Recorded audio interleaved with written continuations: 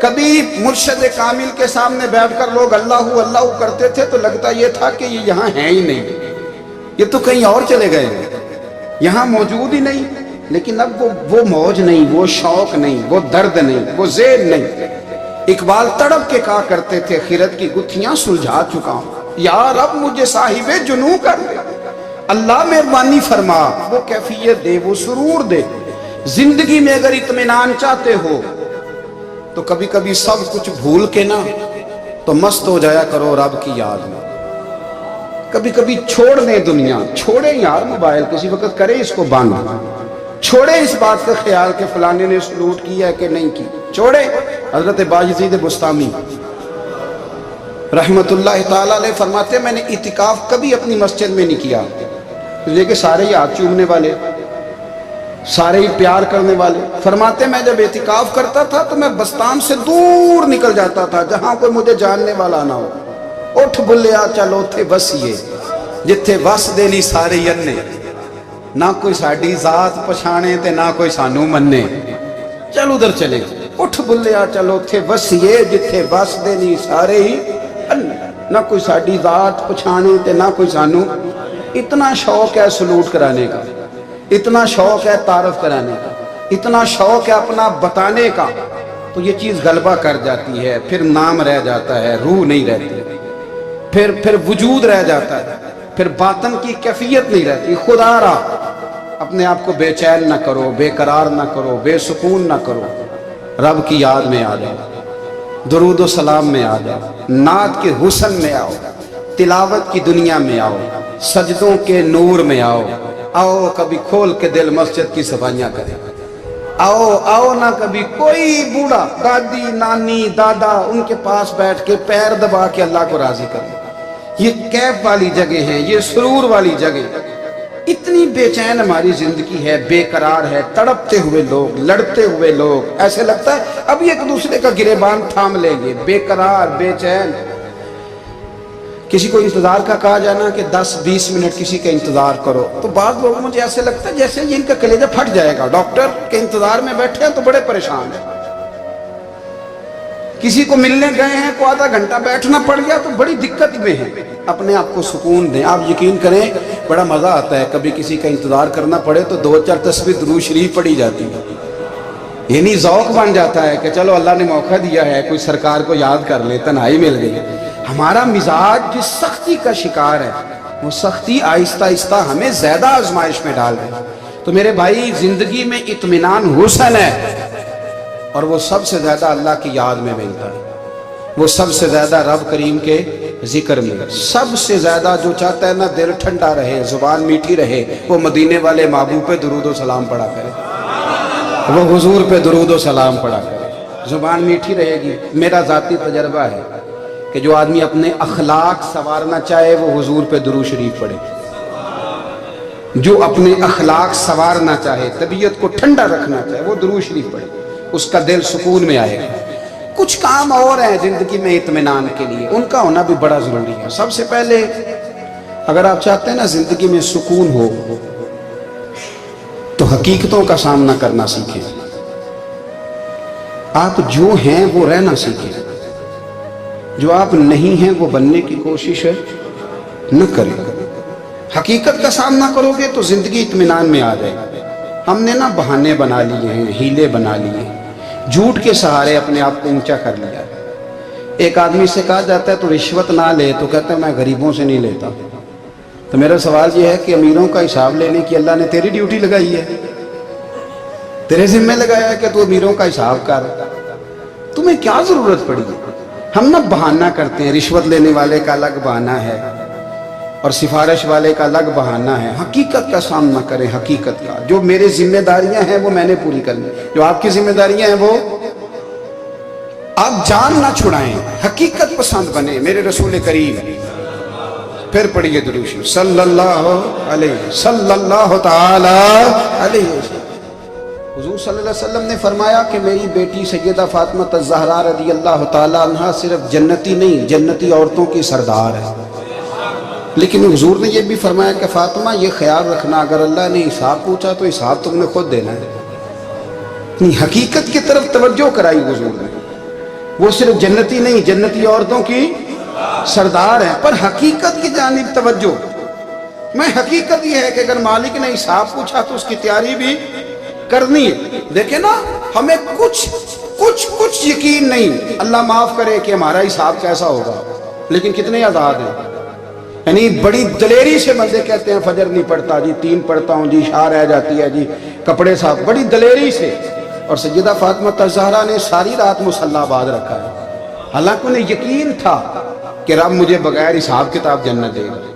حقیقت کا سامنا کریں، جو حقوق آپ کے ہیں وہ آپ نے ادا کرنا ہے، جو ذمہ داریاں ہیں وہ ذمہ داریاں ہیں۔ دیکھیں نا، حضرت موسیٰ کلیم اللہ علیہ السلام کے پاس اسرائیل روح نکالنے آئے تو حضرت موسیٰ نے تھپڑ مارا، آنکھ نکال دی، واپس گئے۔ اللہ انہوں نے تو جلال فرمایا ہے، کہا موسیٰ علیہ السلام سے کہیے بیل کی پشت پر ہاتھ رکھیں، جتنے بال ان کے دستے مبارک کے نیچے آئیں گے اتنے 1000 سال ان کی عمر بڑھا دی جائے گی۔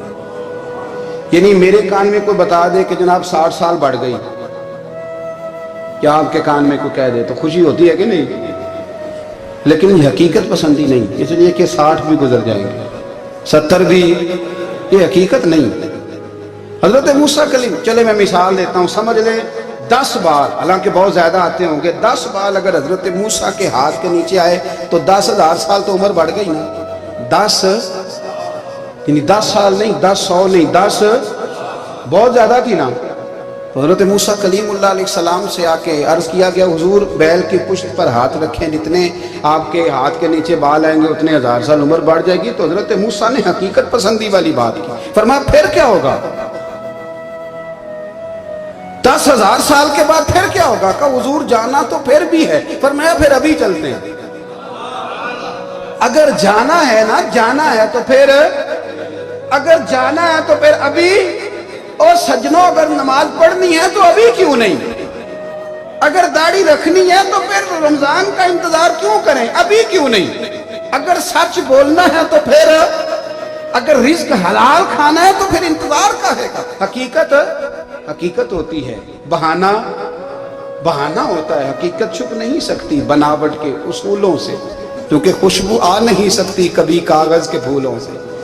یہ بات یاد رکھیں، اگر جانا ہے تو حضرت کلیم فرمانے لگے پھر 10,000 سال کے بعد بھی جانا ہے تو آج بھی۔ ہمیں بے قراری زندگی میں اس لیے کہ ہم حقیقت پسند نہیں، ہم بہانوں میں، ہم ہواؤں میں جیتے ہیں، ہواؤں میں، خیالات میں زندگی گزارتے ہیں۔ بڑا ٹائم پڑا ہے،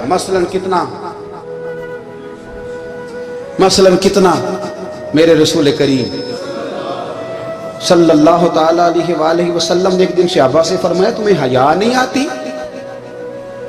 حضور کیا ہوا؟ فرمایا وہ والے مکان بناتے ہو جن میں تم رہ نہیں سکتے،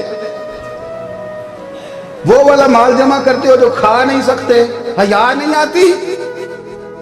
عرض کی حضور حکم کریں تو محبوب فرمانے لگے جوتے کا ایک تسمہ بند کرتا ہوں تو سوچتا ہوں دوسرا بند کرنے سے پہلے موت آ جائے گی، ایک سانس اندر جاتی ہے تو دوسرا آنے سے پہلے میں یاد کرتا ہوں کہ مجھے دنیا سے جانا ہے۔ تمہیں حیا نہیں آتی؟ وہ مکان بناتے ہو جن میں رہ ہی نہیں سکتے، وہ مال جمع کرتے ہو جو کھا۔ حقیقت پسند نہیں بھائی ہم۔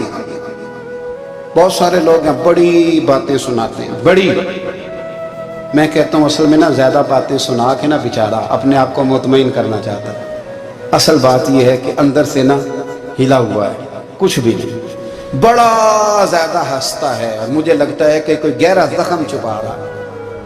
اس لیے ملمہ سازی، حقیقت پسند بنو، حقیقت پسند۔ یاد رکھنا من ترک صلاۃ متعمدا فقد کفر، میرے رسول نے حقیقت بیان کی، فرمایا جس نے ایک نماز بھی جان بوجھ کے چھوڑی اس نے رب کے رب ہونے کا انکار کیا، اس نے کفران نعمت کیا۔ یہ حقیقت ہے، کوئی کلیریفیکیشن نہیں، کوئی وضاحت نہیں۔ جو نماز نہیں پڑھتی، جھوٹ بولتا ہے، غلط بیانی کرتا ہے، جو شخص رزق حرام کما کے کہتا ہے کہ اس کے بغیر گزارا نہیں چلتا، وہ جھوٹ بولتا ہے۔ اس لیے کہ رب فرماتا ہے جب تجھے پیدا کیا ہے تو تیرا رزق میرے ذمہ ہے۔ اللہ فرماتا ہے کہ لا یکلف اللہ نفسا الا وسعہا، میں کسی پر وہ بوجھ نہیں ڈالتا جو اٹھا نہ سکے۔ نماز فرض کیا اس کا مطلب ہے ہم پڑھنے کے قابل ہیں، اس نے ہمارے ذمہ داریاں لگائی ہیں تو مطلب یہ ہے کہ ہم ذمہ داریاں ادا کرنے کے قابل ہیں، ورنہ وہ کہتا ہے میں وہ بوجھ ڈالتا ہی نہیں جو تجھ سے اٹھایا نہ جائے۔ اگر چاہتے ہو کہ زندگی میں اطمینان ملے تو خدا را حقیقت پسندوں والی زندگی گزارو. یہ فضاؤں میں زندہ رہنا، ہواؤں میں، اللہ بڑا معاف کرنے والا ہے، اللہ بڑا کریم ہے، معاف کر دے گا، تو بھئی یہ بات صحابہ کو بھی پتا تھی، یہ اہل بیت کو بھی خبر تھی، تو وہ تو ایک ایک بات کا لحاظ کرتے تھے. یہ غوث اعظم کو بھی پتا تھی، یہ ان کے والد کو بھی پتا تھی، جنہوں نے کسی کا ایک سیب کھا لیا تھا تو 12 سال اس کے گھر میں نوکری کرتے رہے. انہیں نہیں پتا تھا اللہ بڑا کریم ہے، معاف کر دے گا، ایک سیب ہی ہے نا. تو حقیقت پسندی آپ کو سکون دے گی. اور اگر آپ نے اپنے آپ کو غیر مطمئن کیا ہوا ہے، بات کچھ اور ہے، اور آپ نے اپنے آپ کو ڈال کسی اور طرف لیا ہے، تو پھر آپ کو سکون مل سکتا؟ سکون حقیقت پسندی میں، اصل میں سکون ہوتا ہے، اداکاری میں سکون نہیں ہوتا. تیسری بات سنیں، اگر آپ چاہتے ہیں زندگی میں مطمئن رہیں تو دنیا داروں سے امیدیں توڑ دیں، اللہ اور اس کے رسول سے امید وابستہ کریں، اولیاء اللہ سے امیدیں وابستہ کریں، صحابہ اور اہل بیت سے امیدیں، اللہ اور اللہ والوں سے امیدیں، دنیا داروں سے امیدیں. آپ کو پتہ ہے دنیا دار کی تباہی کب ہوتی ہے؟ جب انہیں خوشامدی مل جاتی ہے. چودھری کا بیڑا اس وقت غرق ہوتا ہے جب اسے چودھری کہنے والے زیادہ ہو جاتے ہیں. سیٹھ صاحب اور نواب صاحب بیچارے تباہ تب ہوتے ہیں بھولے پن میں، جب ان کے دائیں بائیں ریلا ہوتا ہے سیٹھ صاحب کہنے کا. لوگ انہیں کھانا چاہتے ہیں، پیار ان کا نہیں ہوتا، ان کی جیب کا ہوتا ہے. محبت ان سے نہیں ہوتی، ان کی کرسی سے ہوتی ہے. ضروریات کا پیار ہوتا ہے، تباہ کر دیا جاتا ہے. ہماری ساری توقعات دنیا داروں سے وابستہ ہو گئی ہیں. ناراض نہ ہونا، پیروں نے، مولویوں نے، درویشوں نے، انہوں نے بھی سیٹ رکھے ہوئے ہیں جلسوں کی صدارت کرانے کے لیے. یعنی مذہبی جلسہ ہے، اس میں بہت زبردست پڑھے لکھے صاحب تقویٰ عالم کا خطاب ہے، اور کی صدارت وہ بندہ کر رہا ہے جس نے عشاء کی نماز بھی نہیں پڑھی. وہ بندہ صدارت کر رہا ہے، کیوں؟ اس لیے کہ اس نے ₹1,00,000 دیا ہے محفل میں. خدا را دنیا داروں سے امیدیں چھوڑ دیں، ورنہ آپ کمزور پڑ گئے، آپ کی امیدیں ٹوٹیں گی.